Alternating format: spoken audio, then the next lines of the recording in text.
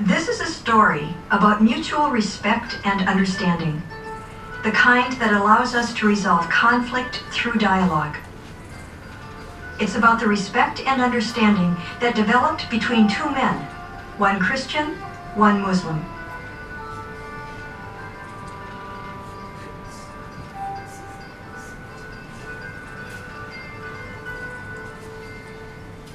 I just teach some liberal education subjects in Baptist universities. Don't bother with my credentials. I know there are so many learned and very advanced persons here, gentlemen and ladies. And I just want to first hear about your direct gut feeling after you watch this video. It's basically produced by Vatican or the Franciscan. Yeah.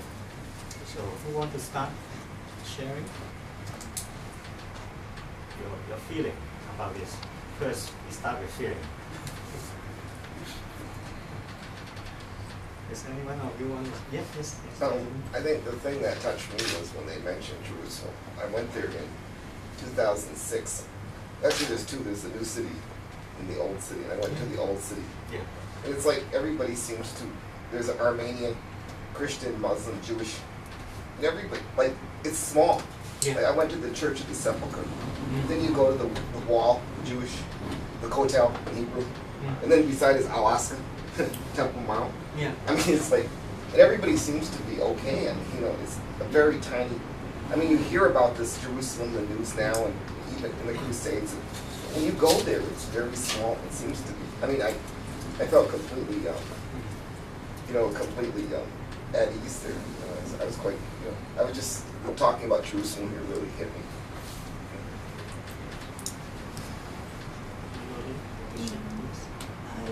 The initial feeling is history is repeating itself. It's like it is like 100 years ago. One group of people in the name of their religion is trying to kill the other group who they claim is non-believers.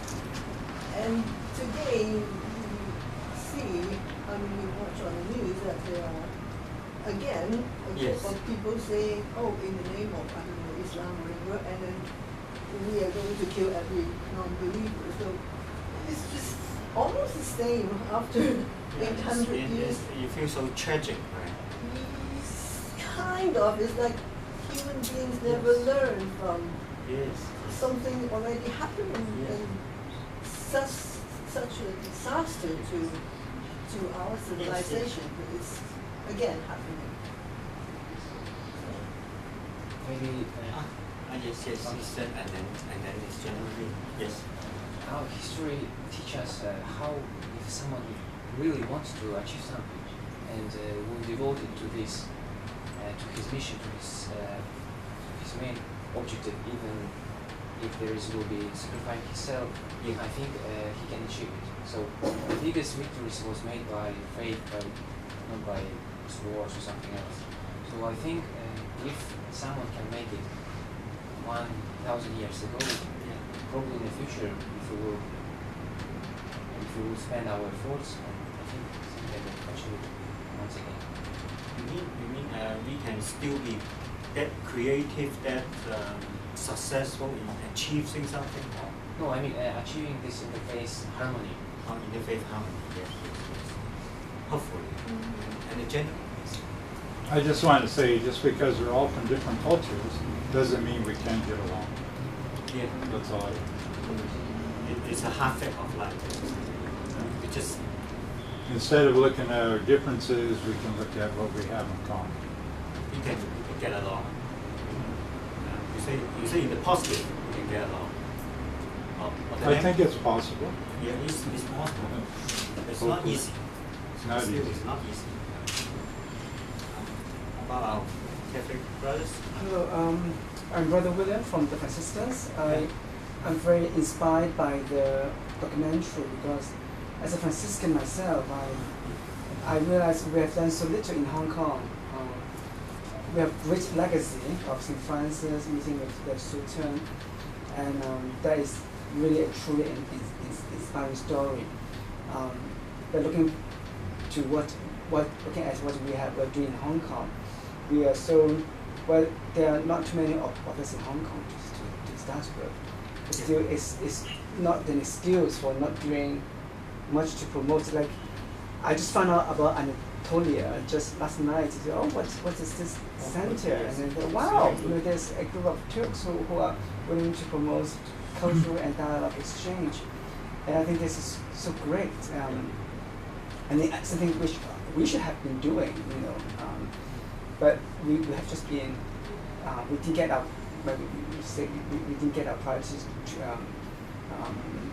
right, or we just have other commitments.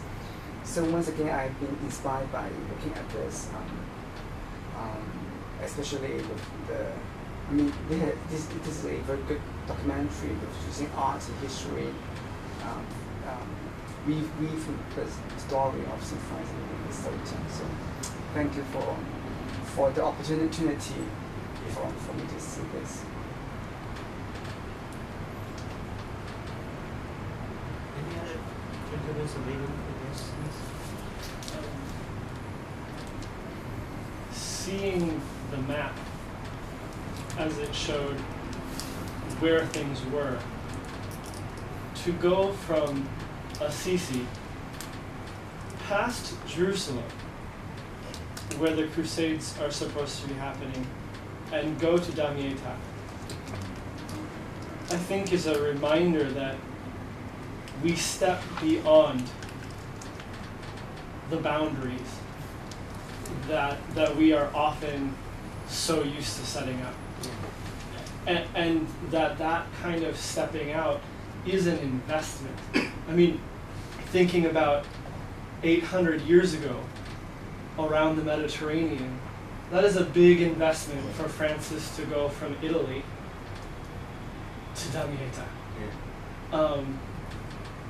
And so I think, first of all, that dialogue is an investment of time and energy and your life, and I think it's a large project. I think the second thing that was impressive was that among the Christians, he was rejected. He was shunned and not listened to. And initially, among, as he goes into the Muslim camp, similar. He's rejected. He's, and so sometimes it's risky.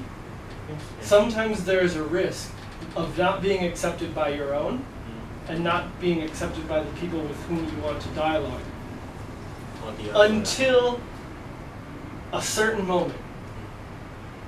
And to persevere, to go beyond the timeline you may have in your mind, and to make that commitment, a risky commitment and a persevering commitment. I think those are the two things that I found very impressive in this story. You learn a quick lesson through the film. Yes, very sophisticated lesson. Any gentlemen who want to share this? Just I'm amazed the courage of these two men. Oh, yes. I mean, the Sultan, for his own part, that was a risky thing for him to do. Why should, he's got all the power here, he's the boss, he's the chief, he's the everything. Why should he be bothered accepting this raggedy type man from Assisi? And who is he? And why, and as you say, is he a spy? And can he be trusted? And what does he want? And how come he's different from all the others?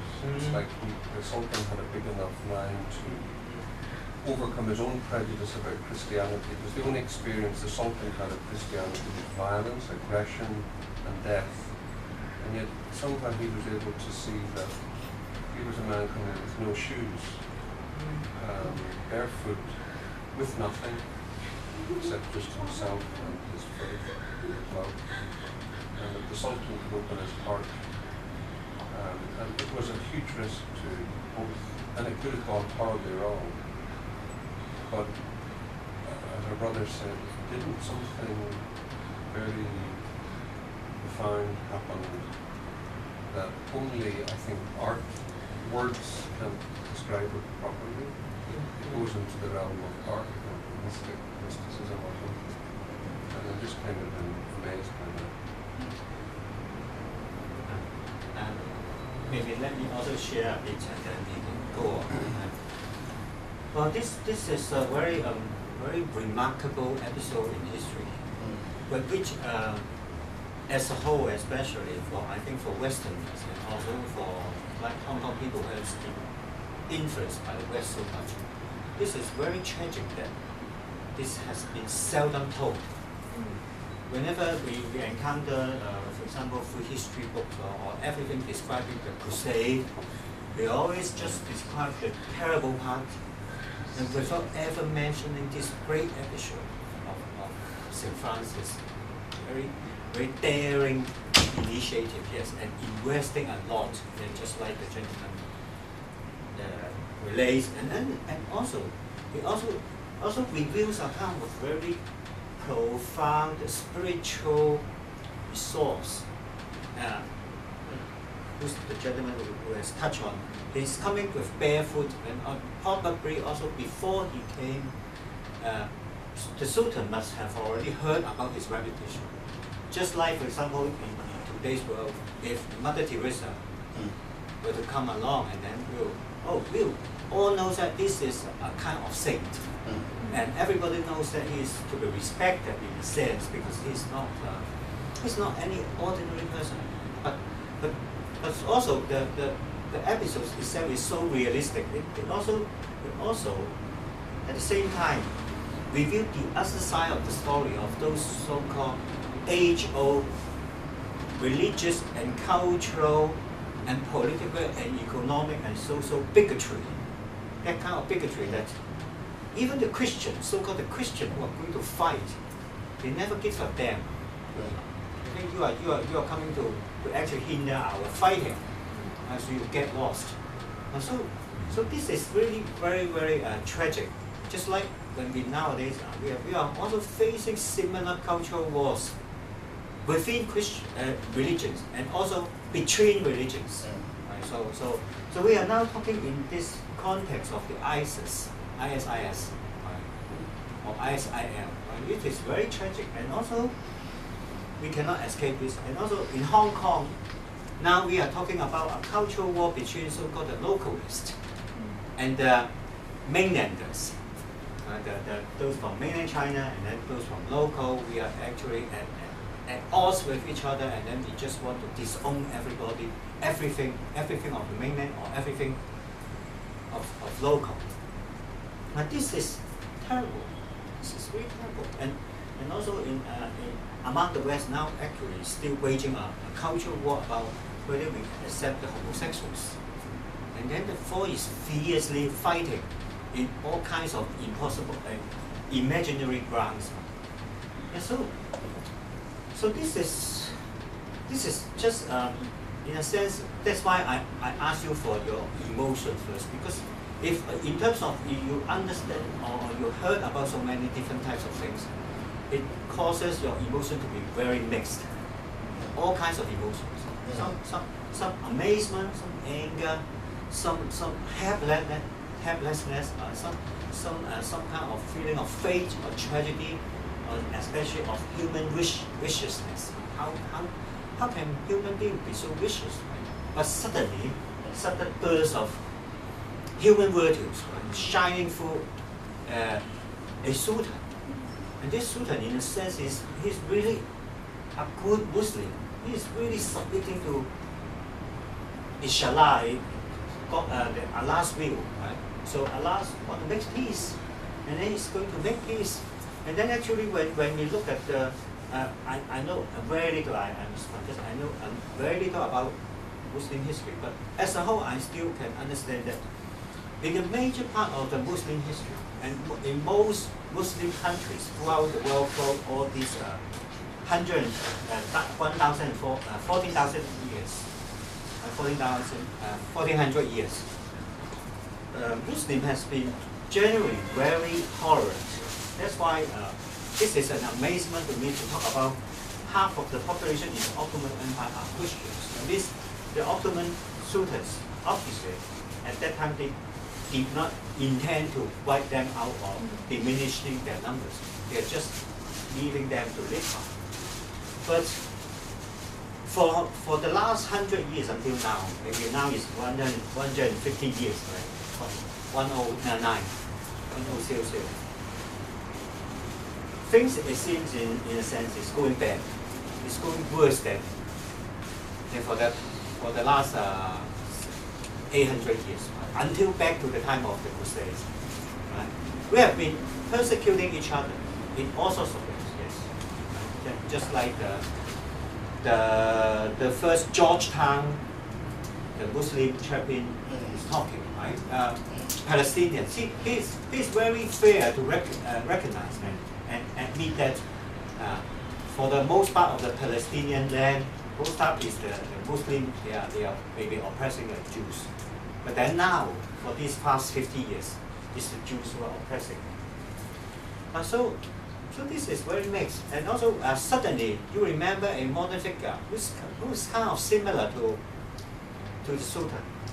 It's Yitzhak Rabin, the Israel Prime Minister, who dare to speak the word of peace with the Palestinians and want, in fact, to allow them to have their own country. But then he was assassinated. It's nearly 20 years already. So it's very tragic that after that assassination, right, just like you can imagine, if this Sultan has been so dangerously close to antagonizing his own people, right, then if he was assassinated, then his peace cannot happen.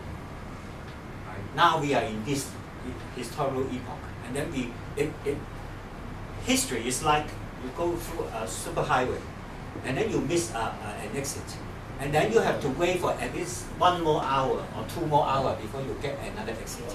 Now after the assassination of Yitzhak Rabin, we have been waiting for 20 years. There's no exit yet. Right? And then suddenly the ISIL came along. Right? The ISIL is very complicated. It also reveals a kind of problem, very complicated problem, not only of the Muslims, but the so-called the Christian Empire. Let's talk about the Christian Empire of 1900, right? But everybody knows that between 1900 and 2015, which is the Christian Empire. So, yes, this gentleman, you want to talk about? Yes. So I'm talking too long. You want to voice your? Sorry. Yeah. The Christian Empire, I mean America. America, especially after the Second World War, has been stirred up so many things. But then, most of them has ended up in tragedy. Right? Afghanistan is still a tragedy nowadays. Iraq, and also even Iran, is an American-inspired tragedy in a sense until now. But then ISIL is the newest. And then now we are having Yemen. So I don't want to be very overcritical, but this I would caution all the audience. This is basically produced by Vatican, and as a theologian, I would be very familiar with the themes inside. Some kind of, for example, some kind of philosophy, a philosophy of the otherness.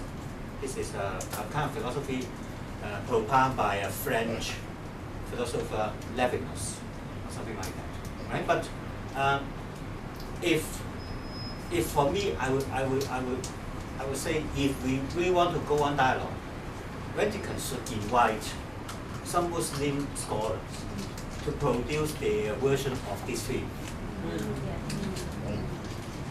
to look at it from their own perspective, and also expand more about the cultural background of Egypt at that time, and the Muammar, the dynasty at that time. Mamluk, yeah, the Mamluk. AUB. Yeah, the Mamluk dynasty at that time. These are important works to go on if we want to have even better dialogue. Yes, anybody want to continue discussion? And then we should have some By the way, refreshment. yes, we can also And we can have it some light. ice and something light. We can also keep. Yeah, it was interesting what you said. Sometimes within the religions, there's even conflict. Yeah.